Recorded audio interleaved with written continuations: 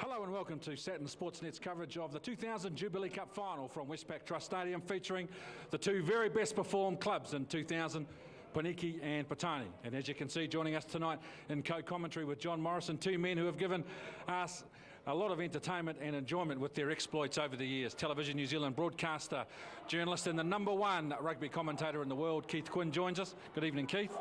Good evening, Kid. Thank you. And also former All Black Murray Pearce, a legend, three-time Jubilee Cup winner, NPC winner with Wellington in 1986, and of course scaled the heights with the 1987 team that won the World Cup. Good evening to you, Murray. Evening, Kid. Starting with you, Keith, of course, a great deal to do with the establishment of the stadium and a lot of pleasure tonight. Well, it really is fantastic. The crowds are rolling in at a club final level, and I think it's fantastic that we've got this new facility in Wellington that's able to put on not just test matches, not just Super 12, not just the hot shots, but the club finals can come to this wonderful facility as well. And so I think it's a credit to everyone who was involved in the building of the thing, because it's essentially a Wellington facility. So let's have Wellington events taking place. So what better than a Jubilee Cup final and the two best teams to honour it tonight. Certainly, and in respect of the teams, Murray, 30 minutes from kick-off, there'll be a lot of nervous players sitting in the dressing room. There'll be a lot of nervous players because they haven't had to adjust to Friday night rugby. A lot of them still hold down jobs, so it's a real mental battle, and that's, I think, one facet I'm really going to look forward to today is what team can front up when the going gets really tight. And we saw Paniki last year had the good build-up, got into the final against Marison Pats, but then I think they just built up too much, and they just imploded and nothing happened, and they lost to Marison that day. I think today Paniki, they want to treat it as another game, and I think they'll come out there with a good mental attitude to do a lot better than they did this time last year. Yes, we certainly are. We've got a lot lined up for you tonight as part of our build-up. And sideline, we've got John Morrison, who will also be joining us tonight. John. Ken, down on sideline here. We talk about the Cup, we talk about the legends, we talk about a great history, and a man who's won more Jubilee Cups than anyone else as a player and a coach. Frank Walker joins me. Frank, how many times did you win it? I've won it 10 times, 3 as a coach, and the rest as a player. Well, tell me what it meant as a player to you, Frank, to win the Jubilee Cup. Well, I played in the NPC teams, and we won the Shield twice. We won the NPC 3 times, but there's always that special place for this, for this competition, and especially in 1980, I think it was when we beat MSP. They won 42 games straight, and we beat them at home for the Jubilee Cup. That was mostly one of the most exciting finals I've ever been in. That's including Ranfurly Shield games. Yeah. And as a coach, was it more nervous as a coach than a player? Yeah, it was. I mean, say, as a coach, all you wanted was the game to be over with, and as soon as it was over, if you won, you're really pleased for all the players more than anything else. But it's been a great thrill over all these years. Yeah. Frank Walker won more Jubilee Cups than anyone else. Look, let's have a look at our part 1 of Legends of the Cup. It's probably the best competition or thing you can win. And because really you're playing with the guys that you grew up with, who you train with every week, who you socialise with 12 months of the year. They are all your friends, and to win something for your club and for your district and with your little town with all your mates is something special. In this town it certainly is anyhow. To win a Jubilee Cup, I think, is one of the great achievements for anybody in Wellington rugby. I think the Jubilee Cup is one of the greatest things I've ever been involved in my life as a player and as a coach. The Jubilee Cup was, as far as rugby was concerned, especially in Wellington, was what you wanted to win. And to me, the competition was absolutely great. And I think it played a huge part in the rugby cycle in Wellington those days. The senior competition in Wellington was very intense, and competed a lot of good teams, good club sides, and Paniki Athletic, and the various Wangatai teams, and as a kind of group, there was quite a number of teams that were pretty close together, Marist and St Pat's, and it was from year to year. There was a lot of very intense competition. I'm talking about the 60s because I played in those a lot longer than I did in the 70s.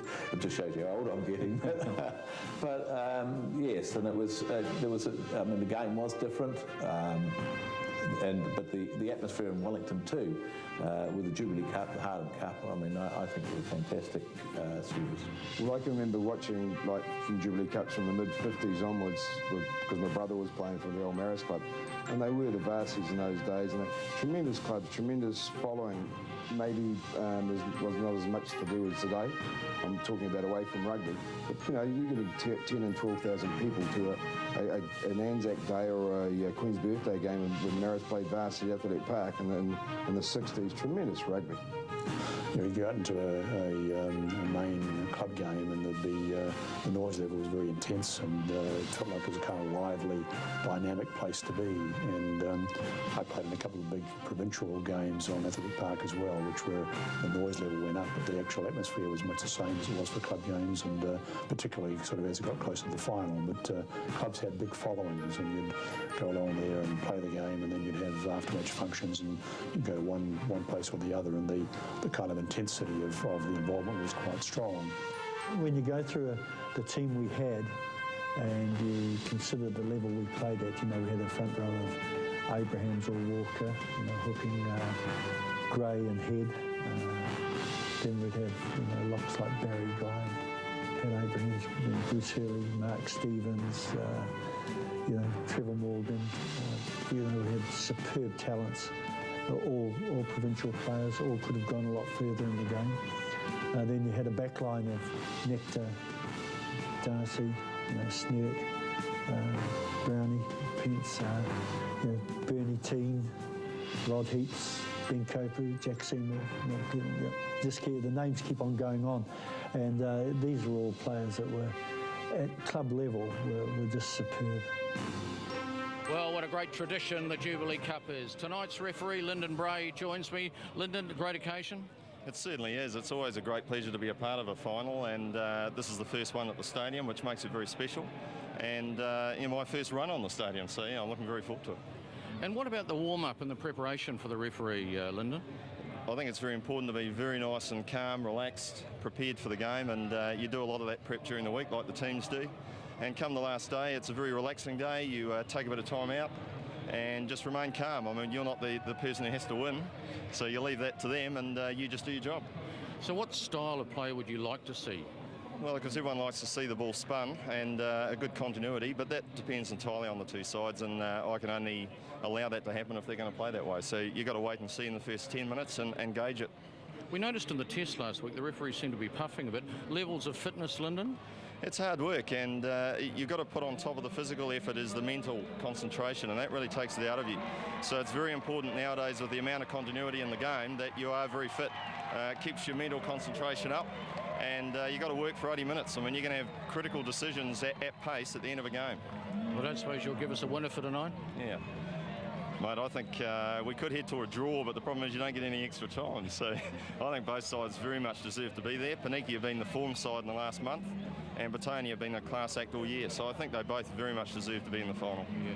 Lyndon Bray, tonight's referee, a very good referee is too. Let's have a look back to last week. Semi-final time it was, just a glimpse of it.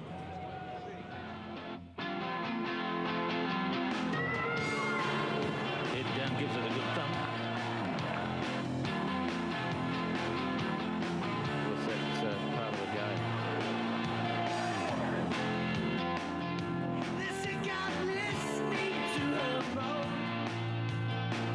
He sees out of one eye and it's blue.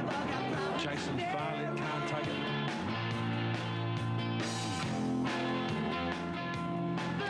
Did it very, very well. Jack Kelly, he's a long way out. Just to bring it home. Between the legs, Nathan through. Johnsonville under some pressure now. Batania get there in numbers. So we may see him on the park.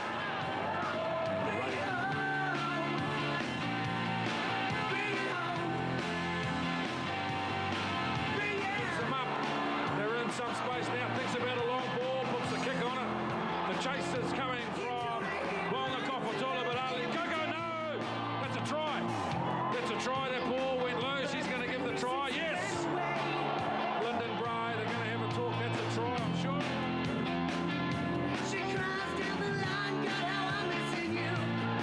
Ray Reese down the blind. Catch and pass. Fatoto Monari.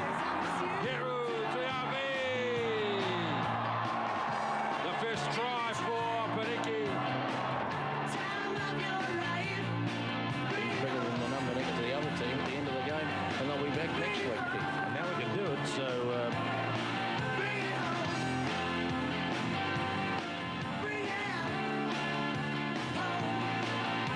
Way forward. This is good momentum from Petone. 2 metres to go. 1 metre to go. And yes, it is.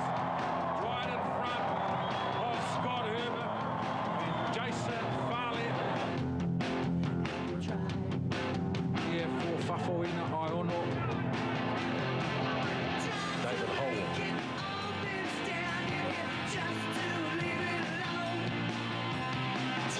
So set play for Petone. They throw to the front on loan. Jack Kelly, yes.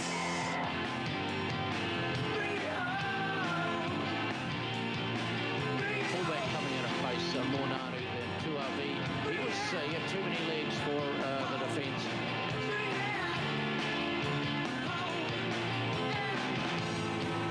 Yes, and so it is. Paniki and Petone, the two teams through. And Keith Quinn, a lot of interest in the Jubilee Cup final. I must say I'm very impressed too, using local music there with that group Breathe there, rocking away with last week's highlights. I tell you what, a lot of people rubbish the newspapers from time to time. I think the Evening Post tonight should be very proud with their promotion of this final. A big sports page promotion here with the picture of the cup and the colours of the teams playing. A story on the back page about the final and lots of stories inside. Now, I don't work for the Evening Post, but I think they deserve to be congratulated, and it's an example of a good local paper getting in behind a good local rugby final. It's great. Yes, it certainly is, and a tribute to David Ogilvie, a senior journalist and well-known. Murray Pearce, your own experiences? Oh, absolutely. I was just thinking Keith Quinn's got a good job lined up at the Evening Post anytime he likes, but no, my own experiences are such that it's the epitome of club rugby, is just to go out there, play your best. You set all the goals at the start of the year, and to win is absolutely tremendous and caps off a great season for a lot of players that don't play at higher levels. Yes, well, we're just moments away from a start. Our build-up continues to the 2000 Jubilee Cup final, and now we bring you part 2 of the legends of the Cup. The person that I regard more than any other person in rugby came from Wellington, and that's Ken Gray. And from the years that he played and captained Petone and captained the Wellington side, and I think he was one of the greatest people in rugby that I've ever met. And you know, people like Mick Willamette as well, and you know, a lot of great players and great people through that era. Great coaches, Bill Freeman, Frank Ryan. And, you know, it was just such a huge part of my life, and I think it was just absolutely stupendous. You know, I never forget my first years playing senior rugby in '67, and, you know, Ken, the old tunnel at Petone, and how narrow the change rooms were, and that Ken Gray took up the whole space. He was like a mountain, and especially that Petone jersey. It was just an awesome sight.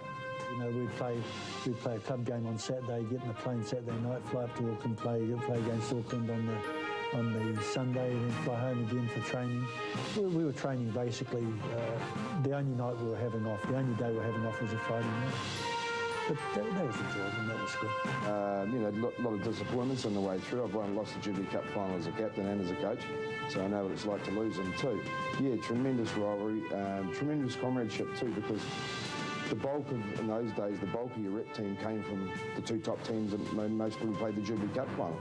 So, you know, that was my hardest thing, was losing a Jubilee Cup one Saturday, and then having to captain Wellington the next day, where half the guys were from Petone, and the team was 6 or 7 want to get on the booze and have a good time because they won it, and half a dozen Marist and Paz players wanted to get on the booze because they'd lost it, but we had to go and do a job against Auckland. We qualified 8 equal with Onslow, but we had the points for and against in our favour.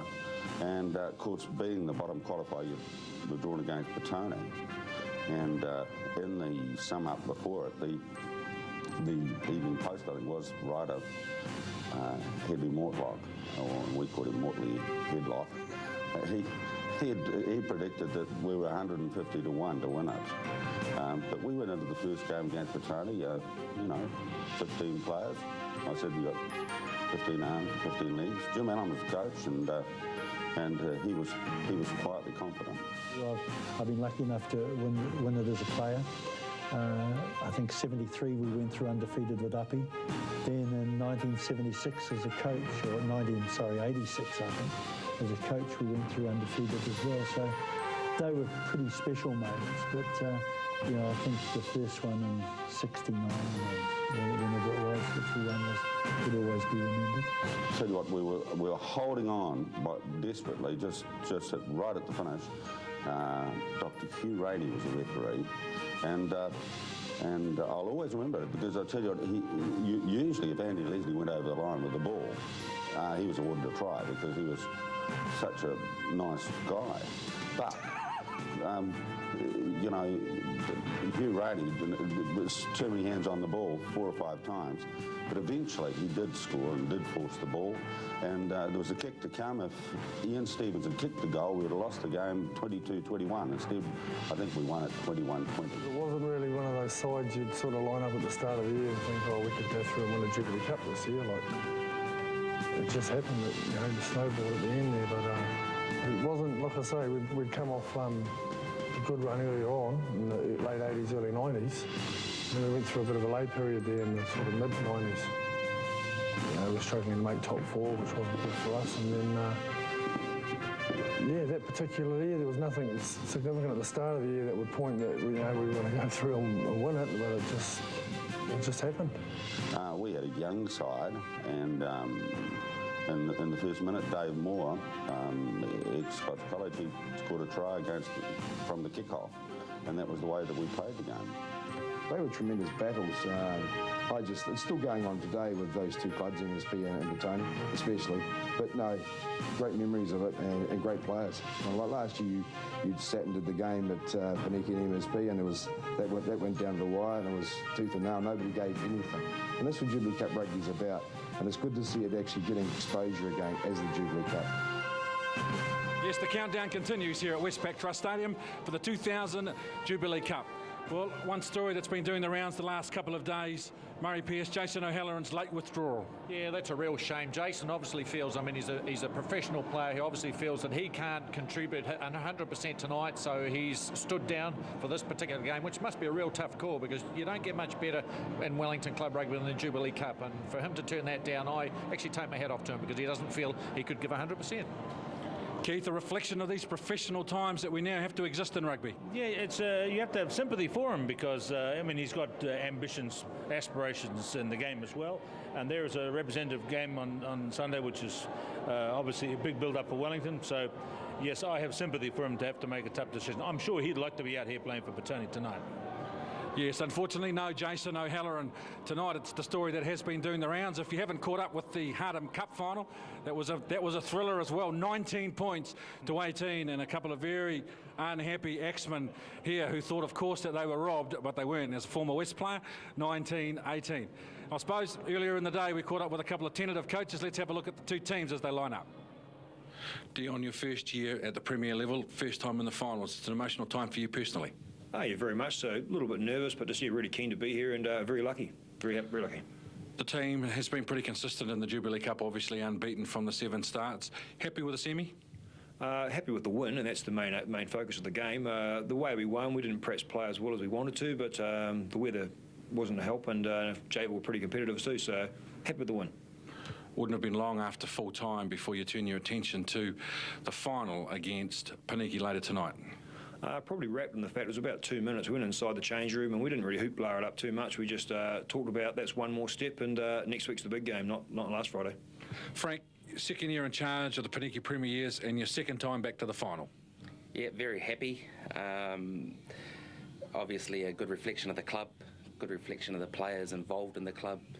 Very happy for myself, very happy for the team members, and also, because we've been different on paper for the last 2 years, so a good achievement for overall, yeah. Looking ahead to Petone tonight, they're a strong side. Yeah, very strong. Last time we met in the round, 48-10. bit of a hammering, and so we've got a lot to pick up from. We've shown good character to make the final since that game, but obviously, we'll be the underdog, and we'll be having to play, a good solid 80 minutes, and everybody will need to improve on that performance in that round robin match to beat this class act today. The lineups for the 2000 Jubilee Cup final set the scene. Jack Kelly and Fatoto Monanu, the fullbacks, both good under the high ball, great on the kick return, and solid defenders. The four wingers between them have all the skills of a champion three-quarter. All fast, elusive, and in the case of Alex Talair, the Super 12 and international experience is a factor. The contest in the midfield will be a beauty. The withdrawal of O'Halloran gives the talented Nathan Frew a reward for his fine season. He and Tamanu Martin will have their hands full with Missy Poloni Mornanu and the outstanding Mepi Fuangali. The battle of the halves tonight will decide the outcome. Holwell and Flutie will handle the ball more than their teammates. Curtin has been great in 2000 and Iono is having a stormer. In the forwards, Daniel Ferrani is big, young and tough. His opposite Ray Reese, smaller experience and just as tough. This will be a great duel. Ferrani has tremendous skills with the ball. The flankers will scrap for everything. Hager, Page and Savaleo are chiefly the reason why their teams are here tonight. Afiaki's attitude and commitment to his club over everything else is refreshing. Bale and Hammett are great pairing. Roth and Tapasu showed last week just how good they are. Nothing separates the 2000 Jubilee Cup front rowers. Japeth against Tui, Kent against Pale, Tui Povao against Morgan. It's too close to call. Yes, welcome back to the Westpac Trust Stadium. We're just moments away from a start of the 2000 Jubilee Cup. Wonderful atmosphere here, and completing our trifecta of legends in the commentary positions tonight. We have former New Zealand international City Councillor John Morrison. John, Paniki and Petone, this is their day. Oh, it certainly is a wonderful atmosphere down there, Ken. Two great clubs. I mean, if you look at these two clubs, you couldn't do better. Petone, a wonderful tradition with their wonderful old jerseys, and they're a pretty good side throughout the park. It's hard to fault them, and so they'll be a tough nut for Paniki to crack. But you look at Paniki, 4 weeks ago we did Paniki, Petone in the round robin, and Petone thrashed them. But Paniki, have they climbed back? And the emotion of that club and the sort of style of last week, you really would be bold to vote against anybody. Yes, Paniki and Petone, they really have been two of the three best teams in the competition in 2000. Marison Pats, really the unlucky loser, but Paniki and Petone, as we've said in the build-up, this is their night. We're going to take a short break, and when we come back, the final.